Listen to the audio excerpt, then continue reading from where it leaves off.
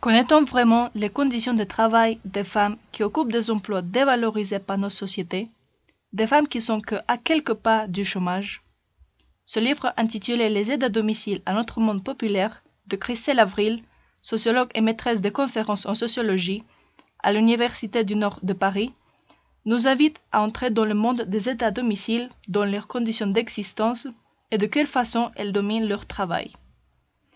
Elle permet de se représenter les contraintes qui pèsent sur les femmes qui assurent les soins quotidiens aux personnes âgées ou handicapées de domiciles privés.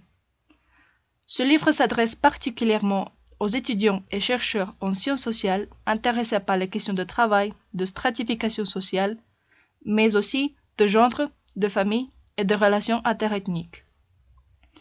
En plus des thèmes abordés, le livre nous montre comment, à travers de différents outils d'enquête, comme par exemple des statistiques, des entretiens et les observations, on peut mieux comprendre chaque exemple et situation abordée. De plus en plus nombreux chaque année, cet emploi constitue une des seules opportunités de maintien dans le marché du travail des femmes peu ou non diplômées. D'après l'INSEE, 55% des femmes enquêtées ont un diplôme général. Néanmoins, ces diplômes sont très dévalués aujourd'hui et n'ont pas de valeur dans ce cadre de la logique de professionnalisation de l'aide à domicile. Cela donc influe sur le salaire, car, comme le montre un extrait du livre, les aides à domicile sont, avant toute chose, des travailleuses pauvres sur le marché de l'emploi, car elles ont un salaire beaucoup plus inférieur que celle des ouvriers et employés non qualifiés, et donc sont envoyés sans aucune formation s'occuper des personnes âgées dépendantes.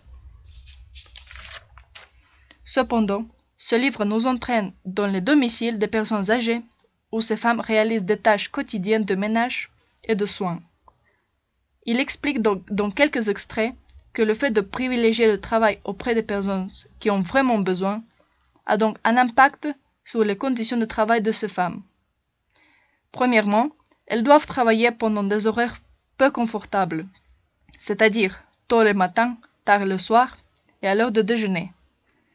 Il les suit aussi dans la rue, dans les cafés, lorsqu'elles doivent passer le temps entre deux interventions.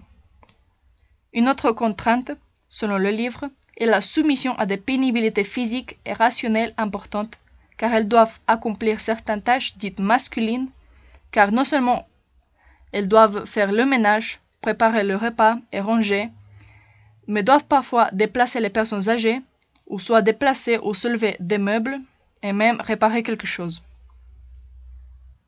Tout cela pour dire que cet ouvrage peut paraître intéressant, puisque tout est clair et facile à comprendre.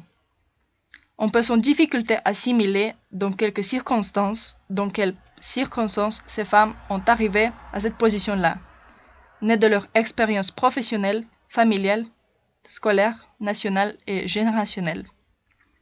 Je suis Paulina Larguina de Terminal ES. Merci de votre attention.